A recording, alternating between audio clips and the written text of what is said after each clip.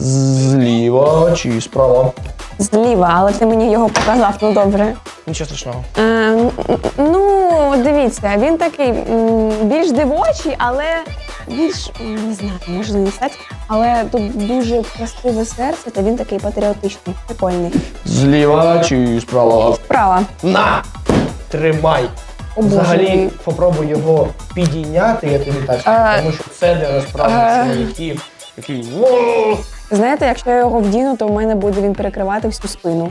Тому трішки не мій розмір. Зліва чи справа? Що ти робиш? Ні, Ну ти ж давай мені так. його показав. Давай ще. Зліва чи справа? Справа. На. Ось цей. Ну добре, мені цей більше подобається, аніж той, бо тут є дуже прикольний брелок, ось він. Дивіться, я не знаю, що це таке, але, мабуть, якийсь клінок, не знаю, ну прикольно дуже так. Стильово.